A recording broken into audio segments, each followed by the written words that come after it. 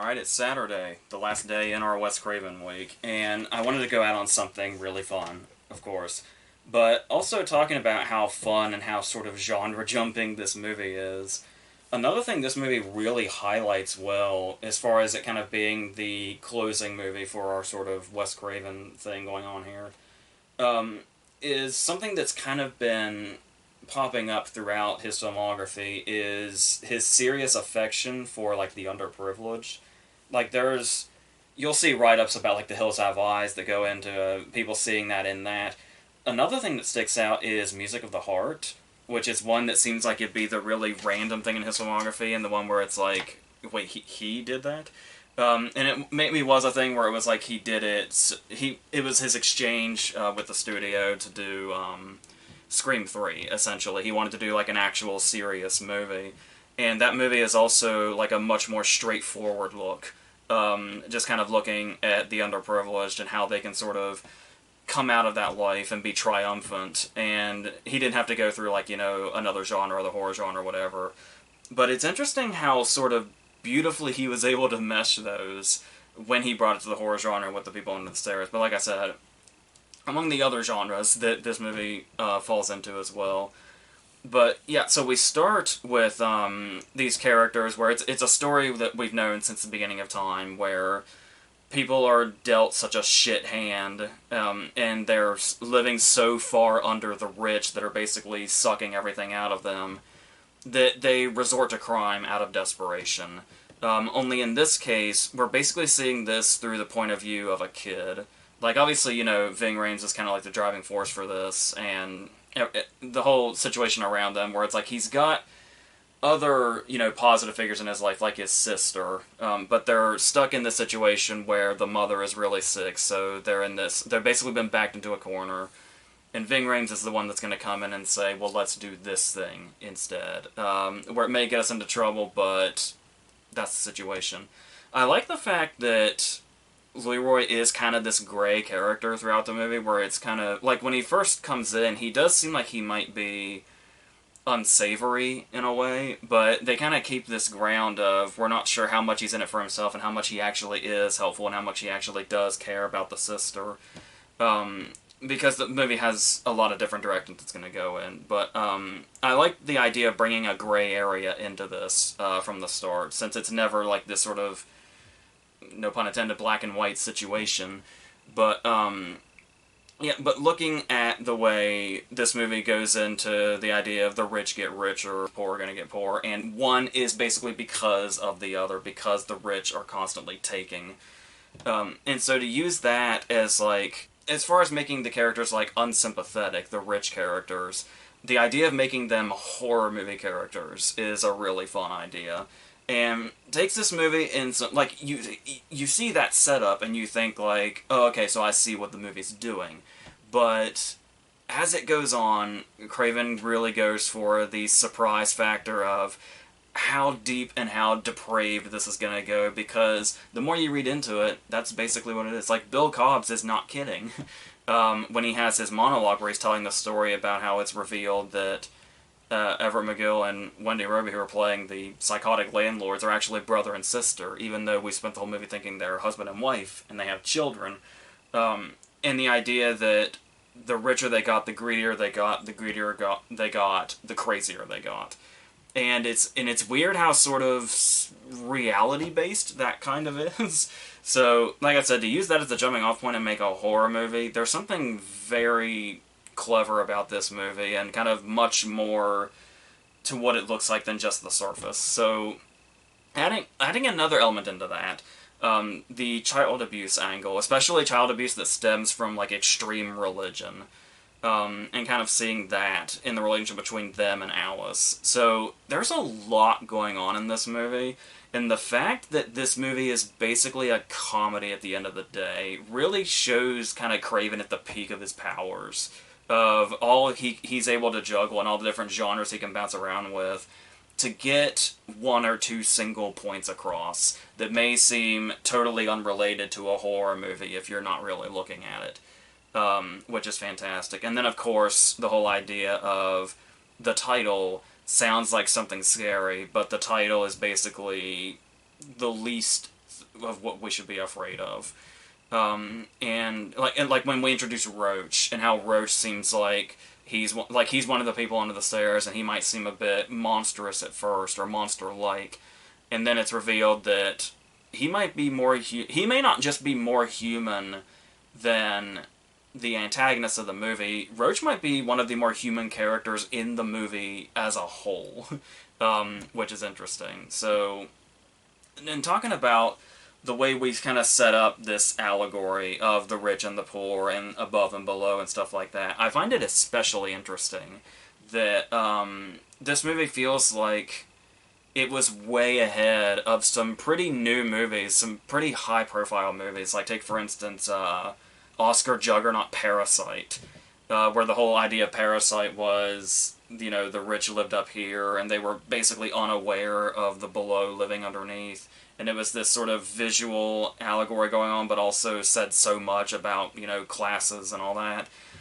And it's like, this was tapping into that in 1991. Like, that's the whole concept of the movie, which is wild. And it also feels like a recent movie that I love was Barbarian. And it feels like, as far as, like, you know, having a secret person or people living underneath the house, and the way that kind of, like, it feels like Barbarian kind of borrowed from this when you look back on it. So it does seem very inspirational in many aspects. I'm not saying something like maybe Parasite was looking directly at this, but the themes are very similar and the executions feel very similar. So I find that interesting. Now, like I was saying, though, as far as it becoming a comedy, which might seem kind of risky, especially if you want to say something serious, but what Craven has done here is the idea of avoiding unintentional comedy by making an over-the-top comedy, because the brilliant thing that he does here is he takes the idea of the rich and the powerful that look down on the poor, and when you read about stuff like this in real life, it's so incredibly absurd how, like, out of touch rich people are, especially when thinking about what people who don't have their riches go through and what their living situation is. And it's like, you just read this in real life, and it's so beyond comprehension that to make this as over the top as it is, and like I said, to basically avoid going unintentional because of how over the top it's going to go, just to fully embrace comedy and make that just one of the genres this movie's living in, was a really masterful move. When it's like this, when you look at, like, the really darkly comedic elements, like when, you know, the woman is giving the dog seemingly a chew toy or food or something, and she's just talking to it like it's a dog, and it's Spencer's hand. And the scene just completely plays this like that's a completely normal interaction in this house. And it's probably something that's happened many times over, and this is just this dog's life. And there's a surprising amount of slapstick in it also. Like, basically whenever Everett McGill takes a hit. Like, whenever Roach shoots him with the slingshot, or when Fool drops the brick on him. Like, it's like a scene out of Home Alone or something, and, like, Everett McGill is Marv in this situation. And like I said, these are things that might seem out of place, like, the electrocution scene, is something that seems intentionally silly. And there's that, and so that's kind of embracing, you know, the comedy element as a whole, since we're already on the comedy side. But then when you look at it and you think about how the comedy is initially coming because of how absurd everything is, and it was basically like Craven was writing and he saw the absurd elements he was going to have to go to, and was just like, why don't we just go all in then? Like, that's the best way we're going to be able to do this. So you also have these scenes that are basically portraying how depraved the rich can be behind closed doors. So when you know but that's the thing too, is he keeps it in the horror element also, because it's so absurd. It also becomes extremely bizarre, and that bizarre nature to the movie really feeds into the horror. But at the same time, and you can have both feelings about the same moment. Like, take for instance the first time we see Everett McGill run out in the gimp suit with the shotgun. And it's like, it's so bizarre and outlandish and and kind of unexpected, you can see where the horror still is in that. But when you're seeing it as this sort of portrayal of how depraved the rich are, it's hysterical the first time you see Ever McGill run out in that gimp suit, once again because of the unexpected nature, and it can work on either side of the genre, on whether it be horror or comedy, and that's pretty incredible to be able to pull that off. And there's also like I said, the religion angle, where they really set up in the early scenes this very dark angle of them being extremely religious, and that causes them to abuse Alice, and they always say she's going to burn in hell, and bad girls burn in hell, and stuff like that, and they're going to beat her and stuff like that. Beat her for feeding the poor, aka feeding Roach, of course. So, when we...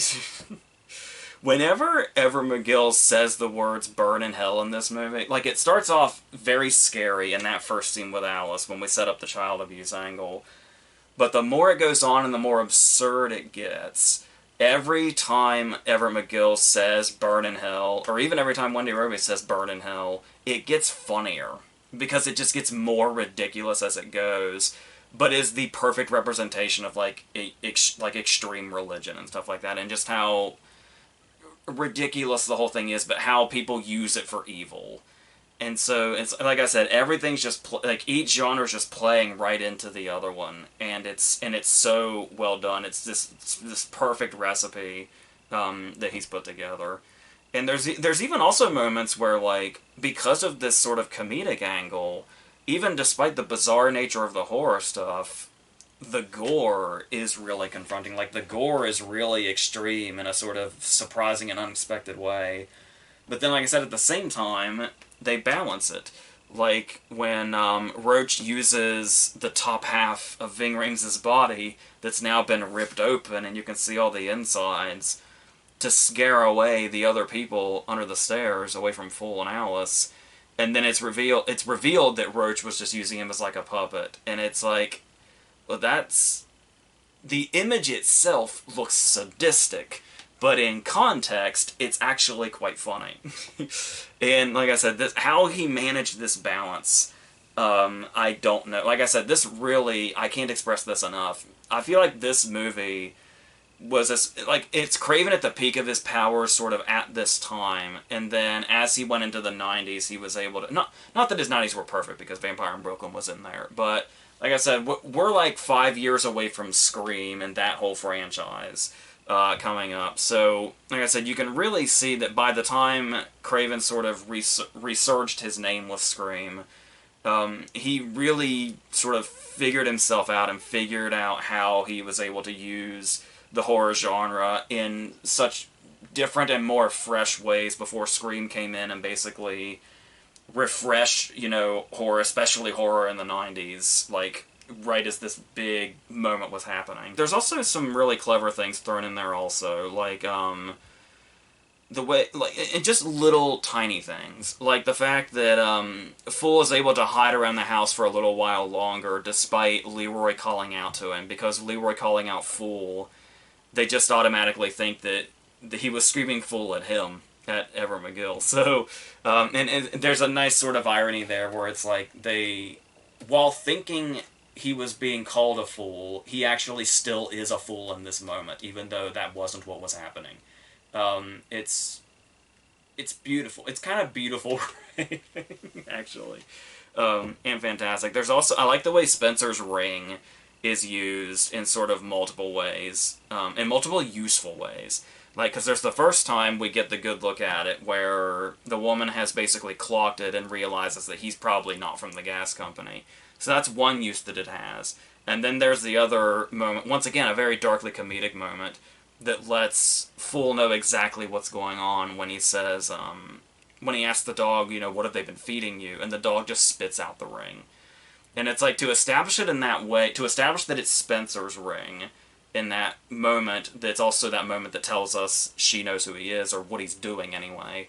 And then to use it in this completely different way, now that it's been established, is just really well done. Then, as far as, like, this sort of discomfort that comes with horror, I do think it's interesting. The production design on in this house is spectacular, and like the different levels to it, and like I said, the way that it kind of shows the classes. Like I said, in that way that Parasite would be so well known for many years later.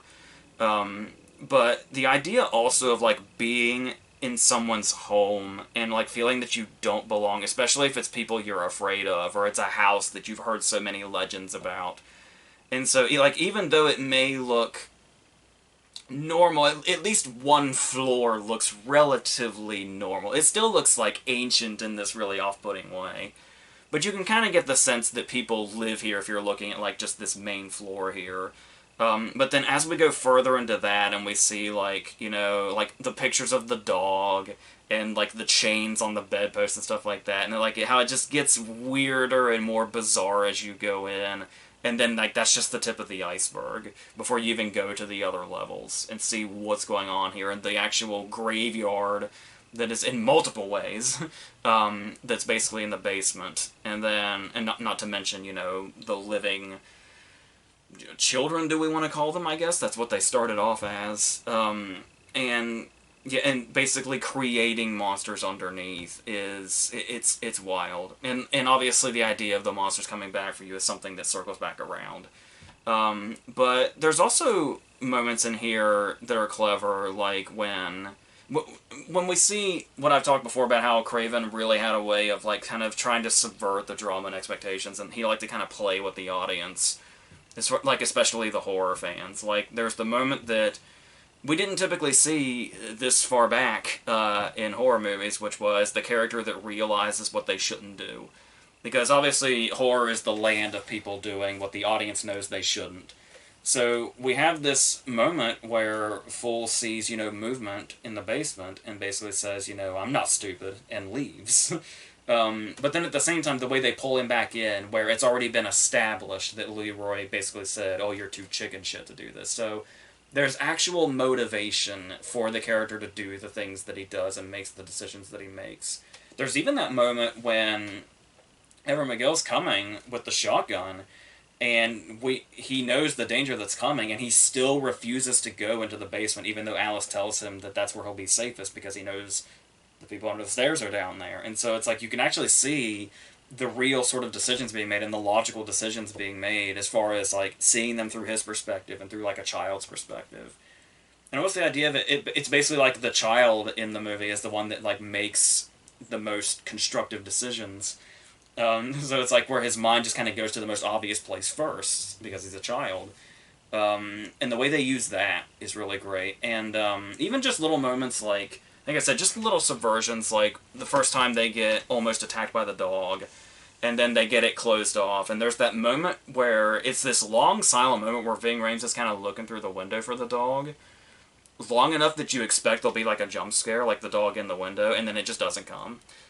Stuff like that is really great also. As far as like that comedy aspect we were talking about, this is a movie that, last I heard, Jordan Peele was set to produce a remake of it. And you might hear that and you might think, this is a movie that doesn't need remade. Like, how can you possibly remake this? But I would think if they remake this with Peele producing, it probably would be about the same quality as Nia DaCosta's Candyman that he co-wrote and produced that came out a couple years ago, which was also really good, but didn't take away from the original movie. And the fact that that Candyman and this kind of deal with similar sort of, you know, allegories and talking points and stuff like that, I feel like it can actually potentially work. We'd have to see how it plays out, but I'm actually kind of optimistic if Peele wants to produce a remake of this. So we'll see what happens with that. But as far as getting to the climax, I talked before about how, like I talked about with Shocker and stuff like that, much as I love Shocker, that sometimes Craven has this way of, it feels like there's slightly a lack of closure in some of his movies when they come to an end. Still as fun as they can be, but this one in particular really feels like he once again, he like really found his way, and he really decided to make this ending about as satisfying as it could possibly be. There's even a comment on the back of the Blu-ray case from the San Francisco Chronicle that says Wes Craven's most satisfying movie. And I can definitely see it's up to this point in his career. I can definitely see that, especially when it comes to this ending, where this ending is basically just satisfying moment after satisfying moment, where Wendy Roby gets attacked, where literally the people break out from under the stairs and attack her, and then there's the whole explosive climax of it, where we see this house of dread just go up in flames, and we see Everett McGill get blown across the room, and then we're seeing the money rain down on all of these people who are underprivileged and have been taken advantage of by these people and sucked dry by these people. And you see the people under the stairs escape and find a way. It's hard to tell how they're going to do in the real world, but the point is that they're free. And so, like I said, just moment after moment here just feels extremely satisfying. So, I feel like this is pretty much the perfect way to bring this sort of Wes Craven week to a close. So that's another reason why I decided we had to end on this one. So that's I think that's our week. So like I said, we are going to do one more Wes Craven thing. There's like a bonus sort of Wes Craven thing we're going to do on Monday, and tomorrow is going to be another movie club, so in between. And then we'll continue on with this month from there. So, yeah, I really love taking this look kind of back into Craven's filmography and kind of seeing the movies together and in succession, and seeing we went through obviously highs, we went through lows, but it was it's just unfathomable what he was able to contribute to this genre. Like I said, this genre that he didn't even feel like he was that passionate about to start with. Like I said, it's like he fell into horror accidentally when Last House on the Left and Hills Have Eyes came along. But then he was able to use horror and not only master it, but be able to tell the stories that he wanted to tell through the genre, which is fantastic. So it's hard to find as much fun in the genre as you will when you go through Wes Craven's movies. So it's, yeah. So until the next thing, I think that's it.